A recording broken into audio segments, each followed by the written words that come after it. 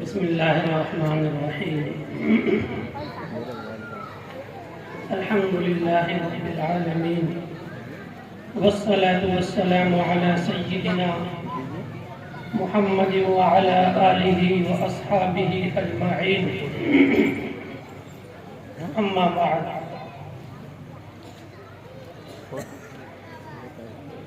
اعوذ باللہ من الشیطان الرجیم بسم اللہ الرحمن الرحیم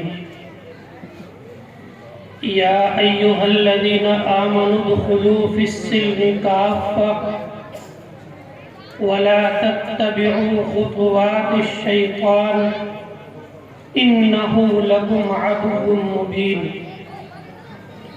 صدق اللہ العلی العظیم۔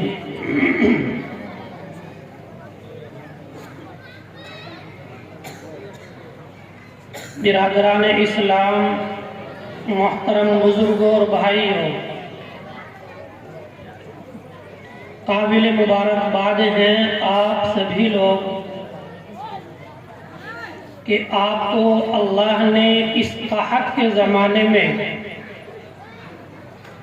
جبکہ کسی بھی طرح کی تعلیم یا کوئی بھی دینی اجتماع کا منعقد کرنا جوئے شیر لانے کے مترادف ہے۔ سب جانتے ہیں، حالات سب کے سامنے ہے، اس کے باوجود آپ کے اس ادارے کے ناظم، آپ کے اس ادارے کے محتمم جناب مولانا افسر علی صاحب اور مفتی مسلم صاحب، اللہ ان کو جزائے خیر عطا فرمائے، اللہ ان کی پریشانیوں کو دور فرمائے، ان کو خوش رکھے، آپ سب کو خوش رکھے، ہم سب کو بھی اللہ تعالیٰ اپنے حفظ و امان میں رکھے کہ ہمیں یہ باتیں سننے اور یہاں بیٹھنے کا ان کی محنت اور قد و کاوش سے ایک موقع ملا، اللہ ہمارے یہاں بیٹھنے کو بھی بے حد قبول فرمائے۔ دوستو، ہم نے کتاب کے اندر ایک لطیفہ پڑھا ہے، لطیفہ ہے لیکن عبرت آموز ہے، اسے غور سے سنیں اور پھر دیکھیں کہیں ہم اس کی طرح تو نہیں ہے۔ ایک مرتبہ کسی نے ایک کوے سے سوال کیا کہ بھائی آپ کیا ہو؟ اس نے کہا کہ میں بگلا ہوں۔ کوا کالا ہوتا ہے، بگلا سفید ہوتا ہے، دونوں میں زمین و آسمان کا فرق ہے۔ کوئی کتنا ہی بدھو قسم کا آدمی ہو وہ بھی کہہ دے گا بھئی کوا بگلا کیسے ہو سکتا ہے؟ تو اس نے کہا، اس آدمی نے جس نے سوال کیا تھا بھئی تم بگلے کیسے ہو سکتے ہو، تم تو کوے ہو؟ تو اس نے کہا کہ نہیں، میں بگلا ہی ہوں۔ اس نے کہا اچھا، بگلے کا رنگ تو سفید ہوتا ہے، تمہارا تو کالا ہے؟ کہ بس رنگ ہی تو میرا کالا ہے، وہ تو بگلا ہی میں۔ کہ اچھا بھائی، اس کی تو گردن بھی لمبی ہوتی ہے، تمہاری گردن تو چھوٹی ہے بہت۔ کہ ہاں، میری گردن ہی تو چھوٹی ہے، وہ تو بگلا ہی میں۔ اچھا یار، یہ تو ماننے والا نہیں ہے۔ بہت سے لوگ ہوتے ہیں جن کو آپ دلائل پر دلائل دیتے جائیں، براہین قاطعہ ان کے سامنے رکھتے جائیں، لیکن ان کی فطرت میں یہ بات سمئی ہوئی ہوتی ہے، یہ بات جمی ہوئی ہوتی ہے کہ وہ کسی بھی حال میں ماننے کو تیار نہیں ہوتے ہیں۔ تو کہا بھائی چلو خیر، گردن بھی چل جائے گی، رنگ بھی چل جائے گا، ہو سکے تم نے پینٹ کر لیا ہو، گردن نیچے کر لی ہو، لیکن اس کے تو پیر بھی لمبے ہوتے ہیں۔ کہ ہاں، پیری تو لمبے نہیں ہیں، وہ تو بگلا ہی میں۔ اچھا جی، دلیل کارگر نہیں ہو رہی۔ کہا بھائی وہ جو شکار کرتا ہے، وہ مچھلیوں کا شکار کرتا ہے، تالاب میں جاتا ہے، جوڑ میں جاتا ہے، ندیوں میں جاتا ہے، نہروں میں جاتا ہے، سمندروں پہ جاتا ہے، ڈبکی لگاتا ہے، اپنی چونچ کے ذریعے سے وہ مچھلی کو پکڑ لیتا ہے، اسے اٹھا لیتا ہے، اپنے قبضے میں کر لیتا ہے، اس میں جو چاہے تصرف کر لیتا ہے۔ تم تو ایسا نہیں کرتے؟ اس نے کہا کہ ہاں، یہ نہیں کرتا ہوں میں، باقی ہوں بگلا ہی۔ شہدی بھائی، خیر اس کو لاکھ سمجھانے کی کوشش کی، وہ نہیں مانا۔ یہ تو ایک لطیفہ ہوا۔ اب ذرا اس لطیفے کو ہم اپنے اوپر فٹ کر کے دیکھتے ہیں۔ ہم سے کوئی پوچھتا ہے، آپ سے کوئی پوچھتا ہے، ہمارے نوجوانوں سے کوئی پوچھتا ہے آپ کون ہیں، جواب دیتے ہیں میں مسلمان ہوں، میں ایمان والا ہوں، میں اللہ کے رسول جناب محمد رسول اللہ صلی اللہ تعالی علیہ وسلم کو ماننے والا ہوں، میں قرآن کریم کے حق ہونے کا اقرار کرنے والا ہوں۔ لیکن جب اس سے کہا جاتا ہے کہ بھئی مسلمان کی صفات تو یہ ہوتی ہے، مسلمان جھوٹ نہیں بولتا ہے، مسلمان سود نہیں کھاتا ہے، مسلمان کسی کا حق نہیں دباتا ہے، مسلمان کسی پر ظلم نہیں کرتا ہے، مسلمان نماز کا پابند ہوتا ہے، مسلمان دیندار ہوتا ہے، مسلمان زکوٰۃ بھی دیتا ہے، مسلمان صدقات بھی نکالتا ہے، مسلمان غلط کام نہیں کرتا ہے۔ جب یہ باتیں کہی جاتی ہیں تو کہتے ہیں کہ یہی تو غلطی ہے میرے اندر، باقی ہوں تو مسلمان ہی میں۔ اب ذرا سوچیں کہ کوے کے اتنی ساری دلائل اور اس آدمی کے اتنے سارے دلائل دینے سے کیا کوا بگلا ہو گیا تھا؟ بتاؤ بھائی، کوے نے کہا کہ میں بگلا ہوں اور پھر یہ باتیں وہ کہتا رہا کہ یہی تو کمی ہے، وہ تو بگلائی میں، کیا وہ یہ باتیں کہنے سے بگلا بن گیا تھا؟ نہیں بنانا۔ اسی طرح ہمارا معاشرہ، ہمارے اخلاق، ہمارے اعمال، ہماری حرکتیں، ہماری تجارت، ہماری زراعت، ہمارا گھر کا رہن سہن، ہمارا ماں باپ سے تعلق، ہمارا پڑوسیوں سے تعلق، ہمارا بیوی سے تعلق، ہمارا اولاد سے تعلق کیا شریعت کے مطابق ہے؟ کبھی ہم نے سوچا ہے؟ کوئی ضرورت ہی نہیں پڑتی ہے کہ ہم ان باتوں کی طرف توجہ کریں اور سوچیں اللہ کے نبی نے ہم سے کیا مطالبہ کیا تھا، قرآن کریم ہم سے کیا مطالبہ کرتا ہے۔ میرے دوستوں اور بزرگوں، ایک بیماری ہو تو اسے بتایا جائے، یہاں تو ہر ادا ہی بیماری ہے، ہر حرکت ہی مرض ہے جو لا علاج مقام پر پہنچ چکا ہے۔ ہماری حرکتیں، ہماری بیماریاں، ہماری غلطیاں، ہماری بدعمالیاں آخری اسٹیج پر پہنچی ہوئی ہیں۔ جس طرح جب آدمی بیمار ہو جاتا ہے اور اس کی بیماری بڑھتی جاتی ہے، ایک وقت وہ آتا ہے کہ ماہر ڈاکٹر، بڑے سے بڑے اسپتال میں بیٹھنے والا ڈاکٹر بھی یہ کہہ دیتا ہے کہ اس مریض کو آپ اپنے گھر لے جاؤ، اب یہ لا علاج ہو چکا ہے، اب یہ چند دن کا مہمان ہے، آپ اس کی خدمت کر لو جتنی خدمت کر سکتے ہو۔ میرے دوستوں، میرے مسلمان بھائیوں، میرے دینی عزیزوں، آج ہم اس اسٹیج پر پہنچے۔ میں تنقیداً نہیں کہہ رہا ہوں، دل میں ٹھیس ہے، تکلیف ہے، اس کی بنا پر کہہ رہا ہوں۔ آج ہم آپس میں بغض رکھتے ہیں، کینہ رکھتے ہیں، نفرت ہے، عداوت ہے، بھائی بھائی کو دیکھ کر خوش نہیں ہے، پڑوسی پڑوسی کو دیکھ کر خوش نہیں ہے۔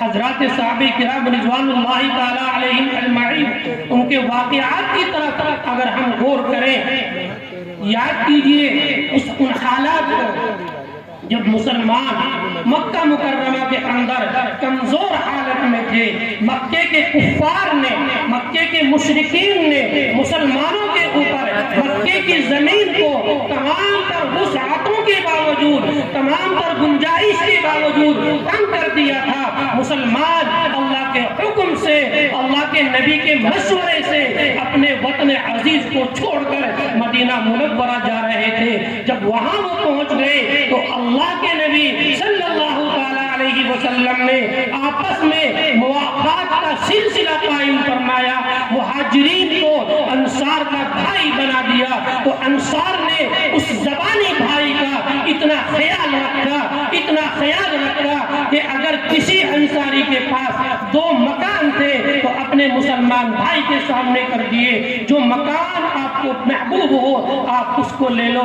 میں اسے خالی کرنے کو تیار ہوں۔ اس سے آگے جائیے، اگر کسی انصاری کے پاس 2 بیویاں تھیں تو اس انصاری صحابی نے ان دونوں بیویوں کو اس مہاجر مسلمان کے سامنے کر دیا اور کہا جو آپ کو اچھی لگ رہی ہے، جس سے آپ کو انسیت ہے، آپ اس کے طرف اشارہ کر دیں میں اس کو طلاق دے دیتا ہوں، آپ اس سے نکاح کر لینا۔ یہ منہ بولے بھائی اللہ کے نبی نے جو مواقعات قائم کی تھی یہ اس کا تعلق تھا۔ آج ہمارا یہ معاملہ ہے، ہمارے سگے بھائی، ہمارا سگا بھائی جو ہمارے ماں اور باپ کا شریک بھائی ہوتا ہے، جو ہمارا خون ہے، جس سے ہمارا خون کا رشتہ ہے، اگر وہ مسلمان بھائی کمزور ہے، غریب ہے، زیادہ بچوں والا ہے، گھر میں کھانے کو نہیں ہے، وہ ہمارے پاس اگر مانگنے آ جاتا ہے تو دینا تو دور کی بات ہے، جوتے مار کر، بے عزتی کر کے، ذلیل کر کے اسے گھر سے نکال دیا۔ اور جب کہا جائے تو کہتے کہ ہم تو مسلمان ہیں، بھائی یہ تو مسلمان کی شان نہیں ہے، اجی میرے اندر یہی تو کمی ہے کہ میں بھائی کی طرف نہیں دیکھتا ہوں تو مسلمان ہی میں، کیسے مسلمان ہوں، کیسا ایمان ہے ہمارے پاس، کیسی دینداری ہے آخر جس میں ایک بھائی بھائی کا خیال نہیں رکھ سکتا۔ شریعت مطہرہ نے تو اگر آپ کے پڑوس میں کوئی غیر مسلم رہتا ہے، ایمان والا نہیں ہے، وہ ایمانی بھائی نہیں ہے، صرف وطنی بھائی ہے، اگر وہ رہتا ہے تو شریعت مطہرہ نے اس کی بھی ضروریات کا خیال رکھنے کا حکم دیا ہے۔ حضرات صحابہ کرام کا واقعہ آتا ہے، کتابوں میں مذکور ہے کہ ایک صحابی کے گھر میں کہیں سے کوئی سامان آیا، انہوں نے سوچا کہ پتہ نہیں میرا پڑوسی کس حالت میں ہوگا، میں اس کے حوالے کر دیتا ہوں، پڑوس نے دے دیا، آگے اس پڑوسی نے سوچا معلوم نہیں میرا پڑوسی کس حالت میں ہوگا، اس نے آگے ٹرانسفر کر دیا، اس نے آگے ٹرانسفر کر دیا، چند گھروں میں جانے کے بعد واپس وہ سامان اسی گھر میں آ گیا جس گھر سے وہ چلا۔ یہ ہے اسلام، یہ ہے اسلام کی تعلیم۔ آج ہمارا معاملہ تو بہت عجیب ہوتا جا رہا ہے۔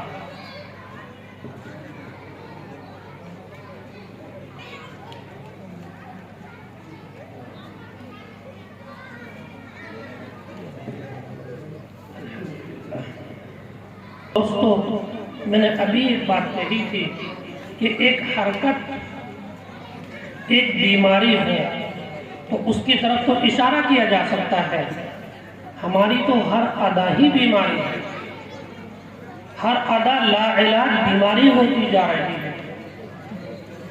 قرآن کریم کی آیت میں نے آپ کے سامنے پڑھی، یا ایھا الذین آمنوا ادخلوا فی السلم کافہ، کہ ایمان والو پورے کے پورے ایمان میں داخل ہو جاؤ، اسلام میں داخل ہو جاؤ، پورے کے پورے سر سے لے کر پیر تک، تمہارا سر، تمہارا چہرہ، تمہارا لباس، تمہارا رہن سہن، تمہاری تجارت، سب کی سب اسلام کے مطابق ہونی چاہیے۔ یاد رکھیے شریعت مطہرہ نے کوئی بھی کوشہ ایسا نہیں ہے جس میں ہماری رہنمائی نہ فرمائی ہو۔ آپ تجارت کو لے لیں، آپ زراعت کو لے لیں، فقہ کی کتابوں کو دیکھیں، ہدایہ فقہ حنفی کی ایک معتبر ترین کتاب ہے، اس میں کتاب الطہارت سے شروع کرتے ہیں، کتاب النکاح اس میں ذکر ہوتا ہے، کتاب الصوم بھی آتا ہے، کتاب الصلاۃ بھی آتی ہے، تمہاری نماز کیسی ہونی چاہیے، تمہارا روزہ کیسا ہونا چاہیے، حج کس طرح کرنا چاہیے، نکاح کیسے ہونا چاہیے، تمہاری تجارتیں کیسی ہونی چاہیے، تمہاری کفالت کیسی ہونی چاہیے، تمہارے حوالے کیسے ہونے چاہیے۔ میرے دوستوں اور بزرگوں، حیرت ہوتی ہے جب ہم کتابوں کو پڑھاتے ہیں، ایسے ایسے مسئلے ہمارے فقہاء کرام نے بیان فرما دیے ہیں جن کے بارے میں سوچا ہی جا سکتا ہے، وجود میں نہیں آتے ہیں۔ کوئی گوشہ خالی نہیں چھوڑا ہے، کوئی مقام خالی نہیں چھوڑا ہے، ہر قدم پر ہماری رہنمائی کرنا ہے، کون چیز حلال ہے، کون چیز حرام ہے۔ آج میرے نوجوان عجیب طرح کے فیشن میں مبتلا ہے، نہ ہمارے لباس کا پتہ ہے، نہ ہمارے کھانے پینے کا پتہ ہے، ایک عجیب طرح کی بیماری چل رہی ہے، سٹا جوا خوب جم کے چل رہا ہے۔ ہمارے نوجوان 2 روپے کے لالچ میں اپنے ہزاروں اور لاکھوں روپے کے اندر آگ لگا دیتے ہیں۔ یہ عجیب طرح کا ایک کھیل ہے. شروع میں 1 یا 2 مرتبہ جیت حاصل ہو جاتی ہے، اس کے بعد پھر جو ہار شروع ہوتی ہے وہ ہار اس مقام پر پہنچتی ہے اولاد تک کو بکوا دیتی ہے، بیوی تک کو گروی رکھوا دیتی ہے، گھر تک کو ختم کرا دیتی ہے. بڑی خطرناک بیماری ہے. اسی طرح ایک بیماری جو سننے میں آ رہی ہے بہت زیادہ، شراب نوشی بہت زیادہ ہو رہی ہے. ہمارے مسلمان پتہ نہیں کہاں سے یہ بیماری آ گئی، خوب جم کے شراب پی جاتی ہے، جبکہ شراب کے بارے میں آقا جناب محمد رسول اللہ صلی اللہ علیہ وسلم نے فرمایا کہ شراب ام الخبائث ہے. یہ ام الخبائث ہے.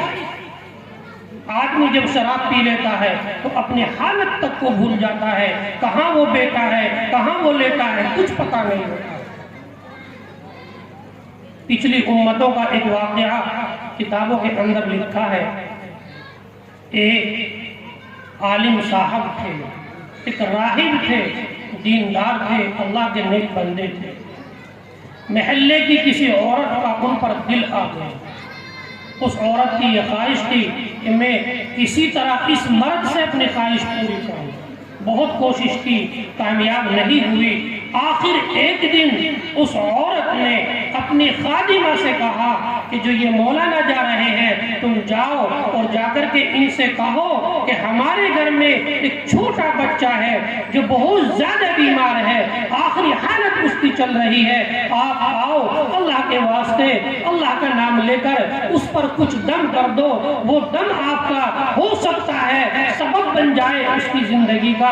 بیچارے مولانا، بیچارے عالم، سیدھے سادے سیدھے دل والے، انہوں نے سوچا کوئی بیمار ہوگا، کوئی پریشان ہوگا. وہ گھر میں چلے گئے. جب وہ گھر میں گئے تو اس عورت نے دروازہ بند کر لیا اور اندر سے تالا لگا دیا اور کہا دیکھو تمہارے سامنے میں 3 آپشن رکھتی ہوں، تمہارے سامنے 3 راستے ہیں، ان میں سے کسی ایک کو بھی آپ قبول کر سکتے ہو. اگر ان 3 میں سے کسی کو بھی تم نے قبول نہیں کیا تو میں ابھی شور مچا دوں گی کہ یہ آدمی میرے گھر میں داخل ہو کر میری عزت پر حملہ آور ہوگا. اس نے کہا بتاؤ وہ 3 باتیں کیا ہیں؟ اس نے کہا دیکھو یہ ایک پیالہ رکھا ہوا ہے شراب کا، یا تو اس کو پی لو. دوسری بات، یہ بچہ ہے 7-8 سال کی عمر کا بچہ، کافی سمجھدار ہوتا ہے کہ یہ بچہ ہے، اس کو قتل کر دو. اور ان دونوں باتوں میں سے کسی کو نہیں مانتے ہو تو پھر میرے ساتھ میری مرضی کے مطابق جو میں کہوں وہ کرو. اب اس نے دیکھا، ادھر دیکھتا ہے تو کنواں ہے، ادھر دیکھتا ہے تو کھائی ہے، سامنے دیکھتا ہے تو آگ ہے، پیچھے دیکھتا ہے تو دروازہ بند ہے، تالا لگا ہوا ہے، کہاں جائے؟ اگر کچھ بھی نہیں کرتا ہے تو وہ شور مچا دیتی ہے کہ میری عزت پر حملہ کر رہا تھا تو پورے شہر میں، پوری بستی میں تیری عزت کا جنازہ نکل جائے. اب اس نے سوچا کیا کیا، پھر ششوپن میں پڑ جاتا ہے آدمی. تو انہوں نے دیکھا کہ اگر بچے کو قتل کرتا ہو تو معصوم بچہ ہے. من لم يرحم صغيرنا ولم يوقر كبيرنا ولم يبجل عالمنا فليس منا. حدیث شریف ہے، اللہ کے نبی صلی اللہ علیہ وسلم نے فرمایا جو ہمارے چھوٹوں پر رحم نہ کرے، جو ہمارے چھوٹے بچوں کے اوپر شفقت نہ کرے اور ہمارے بڑوں کی عزت نہ کرے اور ہمارے علماء کو ان کا مقام نہ دے، اللہ کے نبی نے فرمایا وہ ہم میں سے نہیں. تو انہوں نے سوچا کہ اگر اس بچے کو میں قتل کر دیتا ہوں تو معصوم ہے، ناحق کسی کو قتل کرنے کی اجازت نہیں ہے. وَمَنْ قَتَلَ مُؤْمِنًا مُتَعَمِّدًا فَجَزَاؤُهُ جَهَنَّمُ خَالِدًا فِيهَا. جو آدمی کسی ایمان والے کو جان بوجھ کر قتل کر دے، بغیر کسی غلطی کے قتل کر دے، تو اللہ رب العزت فرماتے ہیں کہ اس کی سزا ہمیشہ ہمیشہ کے لیے جہنم ہے. جو آدمی کسی ایمان والے کو ناحق بغیر کسی غلطی کے قتل کرے. بات ان کے ذہن میں آئی یہ تو بڑی غلطی ہو جائے گی، بڑا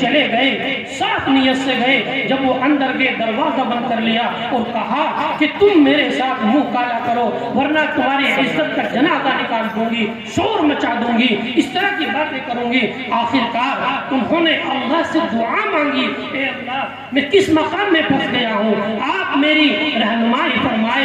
ان کے دل میں ایک خیال آیا، انہوں نے اس عورت سے کہا کہ آپ مجھے ضرورت ہے، مجھے استنجا کرنا ہے، مجھے بیت الخلا میں جانا ہے، آپ مجھے بیت الخلا کا راستہ بتائیں۔ انہوں نے بیت الخلا کا راستہ بتایا، وہ اندر گئے، جا کر کے حاجت پوری کی اور پاخانے کو اٹھا کر کے اپنے پورے جسم پر مل لیا۔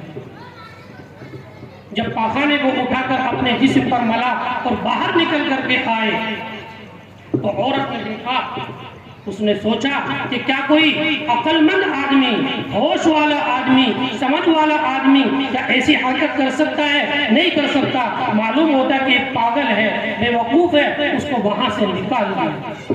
وہ طالب علم باہر پہنچے، غسل کیا اور درسگاہ میں پہنچ گئے۔ استاد محترم نے کہا کہ آج تو عجیب قسم کی خوشبو نظر آ رہی ہے، آج تو عجیب قسم کی خوشبو ہمیں محسوس ہو رہی ہے، ایسی خوشبو ہم نے آج تک نہیں سنی۔ وہ طالب علم شرما گیا، کہیں ایسا نہ ہو جب میں نے اپنے جسم پر پاخانہ ملا تھا وہ کہیں رہ گیا ہو اور اس کی بدبو آ رہی ہو اور اس بدبو کو استاد محترم مذاق کے طور پر، ہنسی کے طور پر خوشبو سے تعبیر کر رہے ہو۔ وہ خاموش رہے۔ استاد نے پھر پوچھا، بھائی بتاؤ ایسی خوشبو کون لگا کر کے آیا ہے؟ تو پھر بھی خاموش رہے۔ پھر جب زیادہ ہی اصرار کیا، بہرحال جو شریف طالب علم ہوتا ہے، جو سعید طالب علم ہوتا ہے، وہ استاد کی بات کو گراتا نہیں ہے، رد نہیں کرتا ہے۔ تو اس بچے نے کہا کہ حضرت میں اس طرح کی میرے ساتھ یہ حالات پیش آ گئے تھے تو یہ معاملہ ہے۔ تو استاد محترم نے کہا یہ تمہاری اسی نیکی کا نتیجہ ہے، یہ تمہاری اسی شرافت کا نتیجہ ہے، یہ تمہاری اسی صالحیت اور صلاحیت کا نتیجہ ہے کہ تمہیں اللہ نے، تم نے ایک ناپاکی اور گندی چیز کو اپنے جسم پر ملا تھا، اللہ نے اس گندی اور ناپاک چیز کے اندر ہی عجیب قسم کی خوشبو پیدا فرمائی۔ تو میرے دوستوں اور بزرگوں، اگر ہم اس طرح کے حالات میں پھنس جائیں تو اللہ رب العزت اسباب بھی پیدا فرما دیتے ہیں اور بغیر اسباب کے بھی پیدا فرما دیتے ہیں۔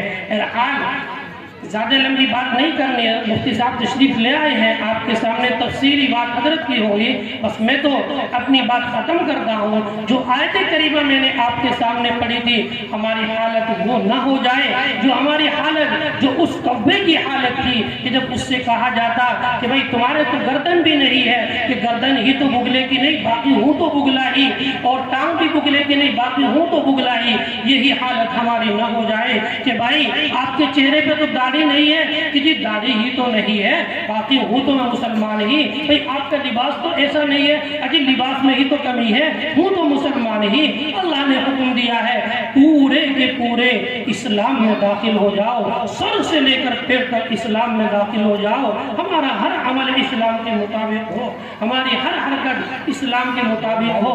اگر ان باتوں پر ہم نے عمل کر لیا، یقین جانیے دنیا بھی سنور جائے گی، آخرت بھی سنور جائے گی۔ اللہ تعالی ہم سب کو کہنے سننے سے زیادہ عمل کی توفیق عطا فرمائے، آمین۔ وآخر دعوانا الحمد للہ رب العالمین۔